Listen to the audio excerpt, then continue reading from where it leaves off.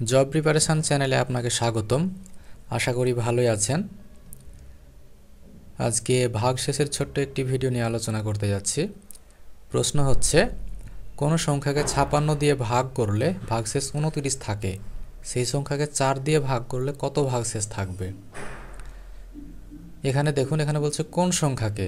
সংখ্যাটি কি আমরা কিন্তু জানি না, কিন্তু এমন একটি সংখ্যা নিতে হবে যে সংখ্যাকে আমরা ভাগ করার পর 29 অবশিষ্ট থাকবে।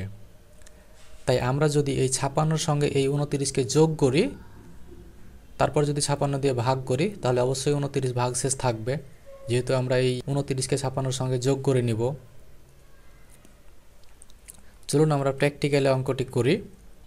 যেহেতু 29 ভাগশেষ থাকবে, তাই 56-র সঙ্গে আমরা 29কে যোগ করছি। যোগফল হচ্ছে 85। তাহলে সংখ্যাটি আমরা ধরে নিলাম যে 85। এবার 85কে 56 দিয়ে ভাগ করে দেখি ভাগশেষ 29 থাকছে কি না। 56 এককে 56, এখন 85 থেকে 56 বাদ দিলে 29। এবার প্রশ্নের দ্বিতীয় অংশে বলছে সেই সংখ্যাকে 4 দিয়ে ভাগ করলে কত ভাগশেষ থাকবে। তাহলে সেই সংখ্যা বলতে সেই সংখ্যা তো আমরা ধরে নিলাম যে 85। তাহলে 85কে আমরা যদি 4 দিয়ে ভাগ করি, 4 দুগুণা 8, তাহলে উপর থেকে নামলো 5, সুতরাং 5 অবশিষ্ট থাকবে। উত্তর হবে 5।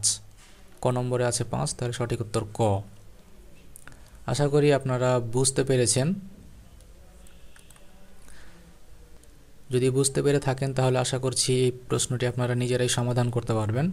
সমাধান করে কমেন্টে জানান। থ্যাঙ্কস।